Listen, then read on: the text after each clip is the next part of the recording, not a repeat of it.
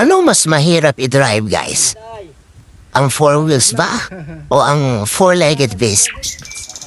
Sa akin ay mas madaling i-drive ang mga four-legged na beast kagaya nitong kabayo.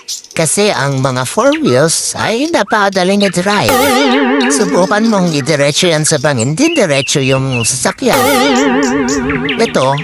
Itong kabayo, subukan mong i-drive yan papunta bangin, hindi yan diretso. O diba? Hindi yan nawawalan ng gasolina or kuryente. At may autopilot pa. O diba? Bitawan mo lang yan dyan, guys. Dire-diretso yan. Alam niya ang pupuntahan niya. O diba? Mas madali itong i-drive.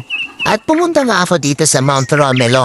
Doon sa dinayo ko yung Bruisan Falls. At dito, ang pabalik ay kailangan mong sumakay sa kabayo kung hindi mo nakakayanin niya maglakad pa. Pero sa tayo kaya naman umakyat, bumaba, ayan.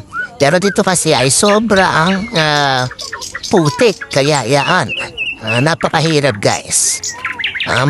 Dumaan dyan sa putikan. Pero yung kabayo, siya ang king of the road. Walang sinabi dyan yung anything na machine. O diba, tama?